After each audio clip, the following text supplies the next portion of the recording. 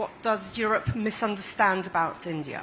There are gaps. I mean, I'm not being diplomatic about it. Europe has had the good fortune of having a certain strategic comfort. Now Europe is compelled by global developments. Some of our debates is, a region which is very secure finds it very hard to understand another which is going through very difficult challenges.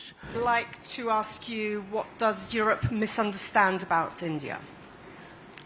What does Europe misunderstand about India? What does Europe misunderstand about India? Look, I'm not sure I would use that word.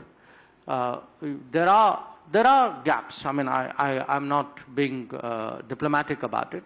Often we tend to see a degree of judgmentalism based on Europe's own situation. So to the extent Europe has had the good fortune of having a certain strategic comfort for multiple decades.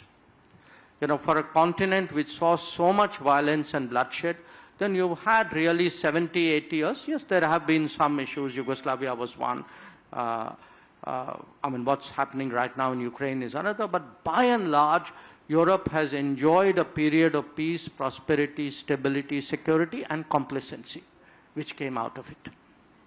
So now Europe is compelled by global developments to perhaps conceptualize its own interests more sharply, and then see how it can secure that optimally.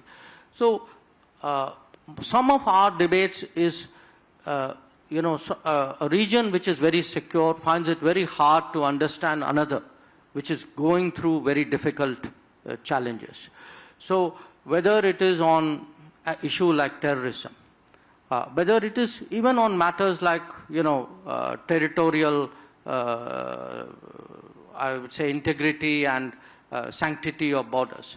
We have not always had the kind of understanding and support that we expected out of Europe.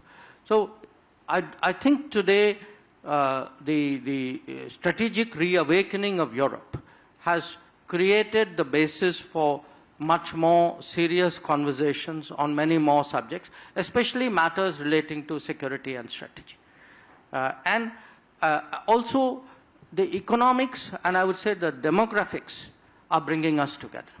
That when I look, for example, at a country like Germany, when Chancellor Schulz was here in October, a lot of our conversations with him and his team actually revolved around skilled mobility of skilled talent to support German industry and German tech. So there are strong convergences. I think those convergences will grow with the passage of time. And certainly when we speak of a multipolar world, for us it's very important that Europe is a pole and thinks of itself as a pole. So for that reason, I'm actually somewhat optimistic of the turn of events.